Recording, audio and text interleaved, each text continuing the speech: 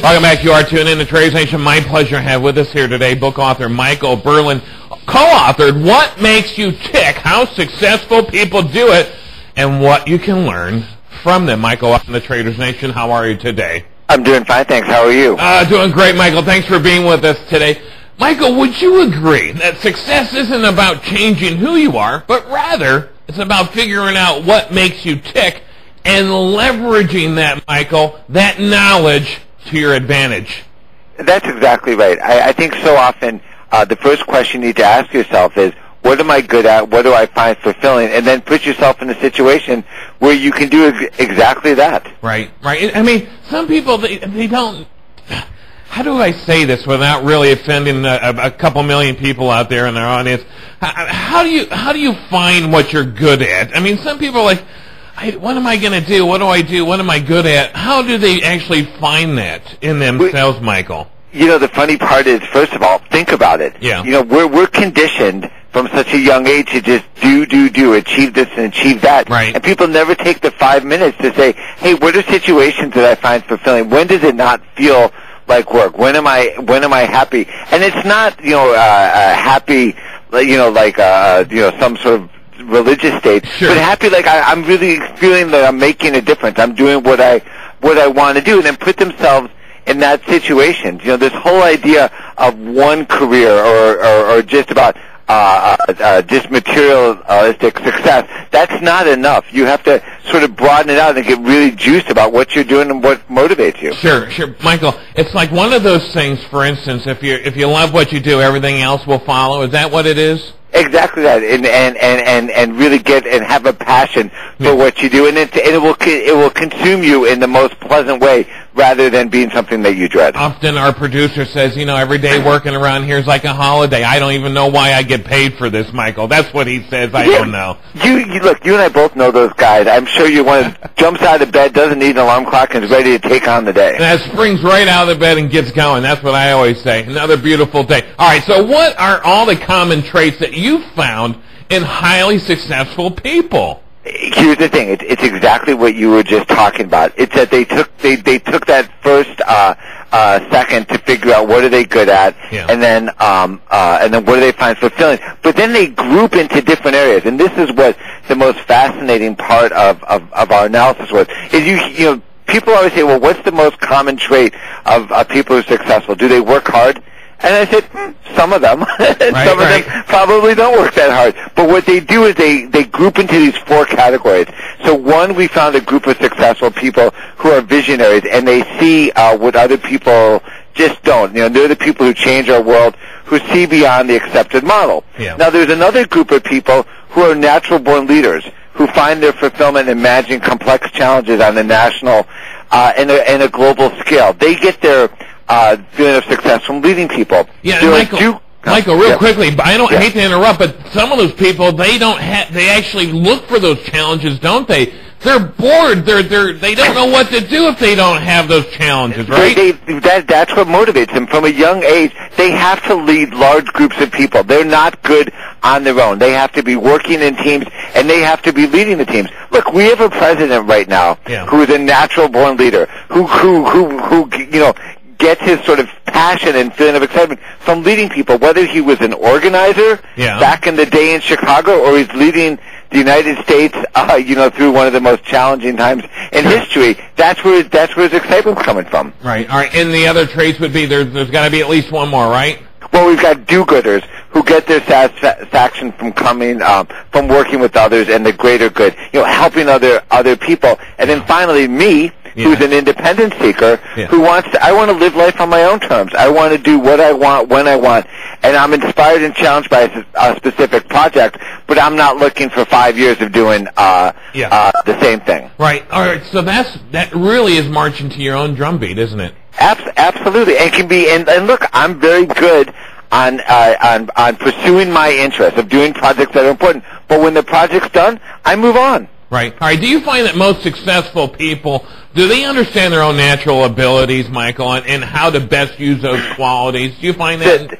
The best ones do. Yeah. And it doesn't always happen right off the bat. Sometimes they'll put themselves in a situation that just doesn't feel right, and they use that as a learning experience. Richard Holbrook, the ambassador who's in our book, said, look, you can learn more from failure than from success. So you don't always have to get it right the first time. You just have to use it as a learning experience. Boy, isn't that the truth? And I tell you, if you continue to learn like that, you're going to be better off in the end. All right, so what's the most exciting and challenging aspect of putting this book together that you found?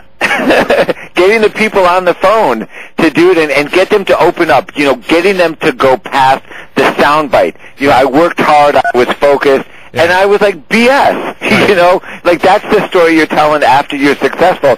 Now tell me what you were thinking about when you were in college. Tell me about the first job, and open up and really see what were the situations that you were faced with. Did you find that some of these people were just really, really protective, or was it on the side of protection they didn't want a little of that out, or were like these trade secrets, because some people don't want these trade secrets out either. No, they got into the trade secrets. Once I rejected, okay, don't give me what's in your bio. Yeah. Now tell me the real story. I would get like Kathy Black, who is the CEO of Hearst Magazine, who said, look, I was going to go one direction. My father said, think bigger, and it put me on a new trajectory. I looked at every situation, whether I was at USA Today or sort of moving up the ladder, right. And I said, okay, think bigger. And so that inspiration that she got from her father, that she could go and she could achieve more rather than a different life that she was pursuing. Right. And so I was looking at all those turning points in their lives.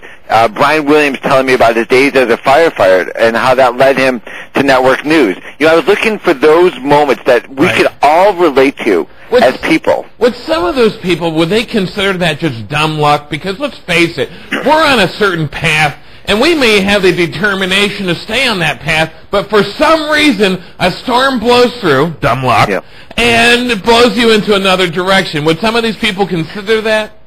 I think that they all view themselves as they were in a position to take advantage of an opportunity. Right. Even Craig Newmark, who founded Craigslist, told me, look, I was on track to be a paleontologist. He was an engineer at IBM, and he said, I put together a bulletin board so that my friends could share information across. Did I think it was going to turn into Craigslist? No. Did I think it was a really good bulletin board? Yes. And as it sort of moved forward, and he's a do-gooder, I realized I could help other people. I let it grow organically. Right. All right. So what are some of the lessons, let's say, from mid-level management to even upper management? What kind of lessons can they learn from what makes you tick? First of all, don't try to be something that you're not. If you're an independent seeker, stop trying to be a natural-born leader.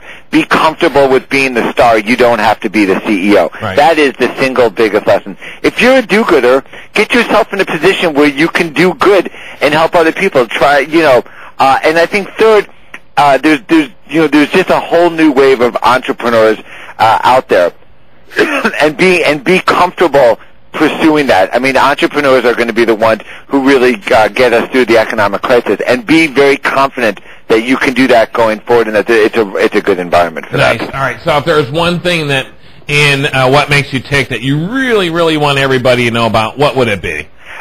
Leverage your strength and understand how people do that. From what I've learned from being on the campaign trail or into the corporate boardroom is leverage your strength and get in touch with what that is and move that going forward. Find out what archetype you're in and then pursue that. Right. And if somebody has multiple strengths, boy, look out, right? Yeah, absolutely. And the other thing that's interesting is there's quite a few stories of reinvention. And I think we're at one of those turning points now where reinvention is going to occur. Whether it was Jeff Zucker, who now heads up NBC, telling us that he started as a journalist, or Barry Sternlick, who came up with W Hotels, starting by selling kitchen knives and working in a kitchen. There's a lot of reinvention that can happen, and that's a very positive thing that can happen now. You're absolutely right. Where can we find a copy of What Makes You Tick today? It's available on Amazon.com. That's the best, Barnes & Noble, or you can go into your local bookseller, or you can go to www.michaelberland.com. Head on over to that website today. Head on over to your favorite bookstore today, local bookstore. Support the local guy in the corner, too. Whatever you do and however you do it, just get a copy of What Makes You Tick. Michael, thanks for being on Traders Nation today. Really appreciate your time. All right. Thank you very much. You're more than welcome. What Makes You Tick is the name of the book, and the author, Michael Berland. Bunch more coming up next. Stay tuned. We'll be right back.